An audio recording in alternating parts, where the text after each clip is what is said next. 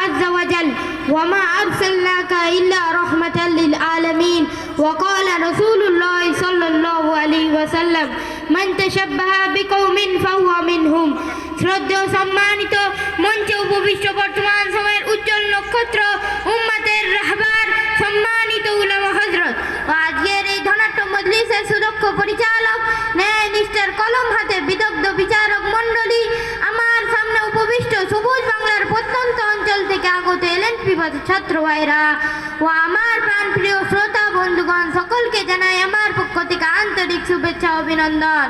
প্রিয় উপস্থিতি, আজকে আমার আলোচনার নির্ধারিত টপিক হলো ইসলামিক সভ্যতা।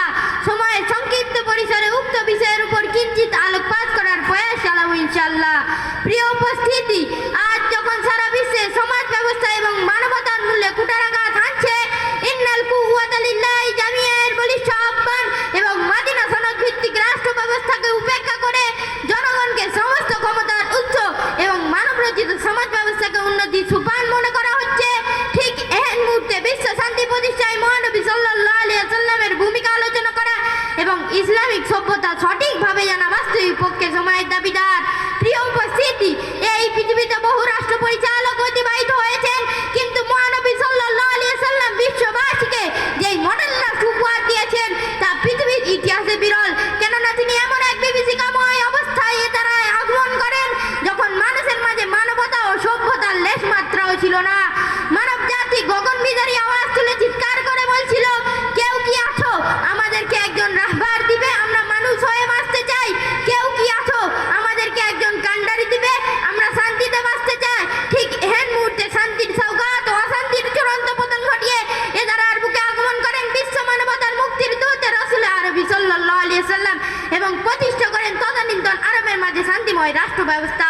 তাই তো দেখা যায় হাঁটি হাঁটি পা পা করে শৈশব কৈশোর পেরিয়ে নবযৌবনে পদার্পণ করে যখন দেখতে পান সমাজের মাঝে অন্যায় অবিচার জুলুম নির্যাতন আরবের লোকগুলোকে প্রায় মানবরূপী পশুতে পরিণত করেছে, তখন নবীজি সাল্লাল্লাহু আলাইহি ওয়াসাল্লাম সমাজ থেকে অন্যায় অবিচার দূর করার লক্ষ্যে মাত্র 14 বছর বয়সে হিলফুল ফুজুল নামক সেবামূলক সংগঠন প্রতিষ্ঠিত করেন। তারই ধারাবাহিকতায় নবী সাল্লাল্লাহু আলাইহি ওয়াসাল্লাম 40 বছর বয়সে নবুয়ত লাভের পর সমাজ থেকে অন্যায় অবিচার নির্মূল করার লক্ষ্যে এবং পরস্পরে ঐক্য বজায় রাখার উদ্দেশ্যে সচ্চার কণ্ঠে ঘোষণা করেন, ইয়া আইয়ুহান নাস কুলু লা ইলাহা ইল্লাল্লাহু তুফলিহুন। ফলে মানুষ খুঁজে পেয়েছিল মানবতা ও সুশৃঙ্খল সমাজ। সমাজ থেকে শ্রেণী বৈষম্য নির্মূল করার লক্ষ্যে নবী সাল্লাল্লাহু আলাইহি ওয়াসাল্লাম ঘোষণা করেন, ইন্নামাল মুমিনুনা ইখওয়া, আর ঘোষণা করেন আল মুসলিমু আখুল মুসলিম। ফলে মানুষের মাঝে এমন ভ্রাতৃত্ব স্থাপিত হয়েছিল যা পৃথিবীর ইতিহাসে বিরল। শুধু তাই নয়, নবীজি সাল্লাল্লাহু আলাইহি ওয়াসাল্লাম সকলের জীবনের নিরাপত্তার জন্য হদ ও কিসাসের বিধান জারি করে কুরআনের বাণী ঘোষণা করেন, ওয়ালাকুম ফিল কিসাসি হায়াতুন ইয়া উলিল আলবাব। ফলে রাষ্ট্রে পরিণত হয়েছিল নজিরবিহীন নিরাপত্তা ব্যবস্থা। সমাজ থেকে চুরি ডাকাতি ছিনতাই রাহাজানি নির্মূল করার লক্ষ্যে নবী সাল্লাল্লাহু আলাইহি ওয়াসাল্লাম ঘোষণা করেন, ওয়ালাকুম ফিল কিসাসি হায়াতুন ইয়া উলিল আলবাব। ফলে রাষ্ট্রে পরিণত হয়েছিল নজিরবিহীন নিরাপত্তা ব্যবস্থা। নবীজি সাল্লাল্লাহু আলাইহি ওয়াসাল্লাম ব্যবসাকে হালাল এবং সুদকে হারাম করে ঘোষণা করেন, ওয়া হাল্লাল্লাহুল বাইআ ওয়া হারামার রিবা। শুধু তাই নয়, নবীজি সাল্লাল্লাহু আলাইহি ওয়াসাল্লাম জিনার হক ও নারীর ইজ্জত রক্ষার্থে কুরআনের বিধান জারি করে ঘোষণা করেন, আয-যানিয়াতু ওয়াজ-যানি ফাজলিদু কুল্লা ওয়াহিদিন মিনহুমা মিয়াতা জালদা। ফলে তৎকালীন যুগে কোনো নারীকে ধর্ষিত হতে শোনা যায়নি, কিন্তু বর্তমান যুগে কিছু প্রগতিবাদীদের বক্তব্য শুনে অবাক হতে হয়। তারা বলে, ইসলামী আইনের কথা বলে কেন আমার বোনকে জিনার হদ লাগাতে হবে?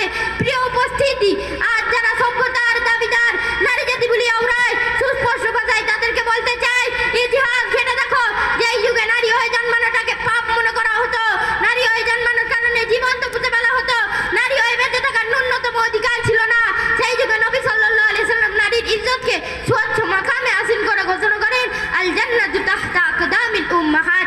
তাই তো যার রাষ্ট্রনীতিতে মুগ্ধ হয়ে মহাত্মা গান্ধী বলেছিলেন, अगर राष्ट्र में अमानी करना चाहे तो मोहम्मद की हुकूमत इख्तियार करो। प्रिय उपस्थिति, आज যদি আমরা বিশ্বে শান্তি প্রতিষ্ঠা করতে চাই তবে নবী সাল্লাল্লাহু আলাইহি ওয়াসাল্লামকে আইডল মানা ছাড়া বিকল্প কোনো পথ নাই। আল্লাহ পাক রব্বুল আলামিন নবী সাল্লাল্লাহু আলাইহি ওয়াসাল্লামকে আইডল মেনে নবী সাল্লাল্লাহু আলাইহি ওয়াসাল্লামের পদাঙ্ক অনুসরণ করে বিশ্বে শান্তি প্রতিষ্ঠা করার লক্ষ্যে ইসলামিক সভ্যতাকে মনে প্রাণে মেনে নেওয়া তৌফিক দান করুন। নাসরুম মিনাল্লাহি ওয়া ফাতহুন করিম ওয়া বাশশিরিল মুমিনিন। আসসালামু আলাইকুম ওয়া রাহমাতুল্লাহি ওয়া বারাকাতুহু।